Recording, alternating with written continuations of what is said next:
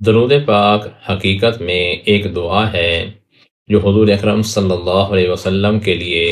اللہ تعالیٰ سے مانگی جاتی ہے۔ اللہ تعالیٰ نے ارشاد فرمایا کہ تم میرے نبی کے لیے مجھ سے درخواست کرو، جو شخص مجھ سے ایک دفعہ درخواست کرتا ہے میں اس پر 10 رحمتیں بھیجتا ہوں۔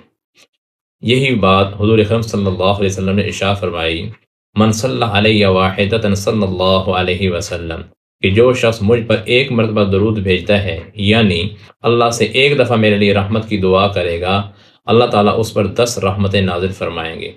تو یہ وہ دعا ہے جو حقیقتاً ہمیں سمجھ آ جانا چاہیے کہ یہ سب سے مقبول دعا ہے، کیونکہ اللہ تعالیٰ نے خود فرمایا کہ یہ مجھ سے دعا کرو، تو اس کا مطلب یہ ہے کہ یہ دعا قبول ہے۔ یا جب دعا قبول ہے تو پھر ہر وہ شخص جو یہ دعا کرے گا حضور کے حق میں، اسے ضرور اللہ کی طرف سے رحمت ملے گی، اور اللہ کی ایک رحمت وہ ہماری دنیا کے تمام کاموں سے بڑی ہے، اور اللہ کی تمام رحمتیں اصل میں ان کا مدار، ان کی حقیقت تب انسان کو معلوم ہوگی جب انسان حقیقی زندگی یعنی آخرت میں پہنچے گا۔ اس لیے ضروری ہے کہ انسان اپنے روزمرہ کے معمولات میں درود پاک یعنی اس دعا کو ضرور پڑھتا رہے۔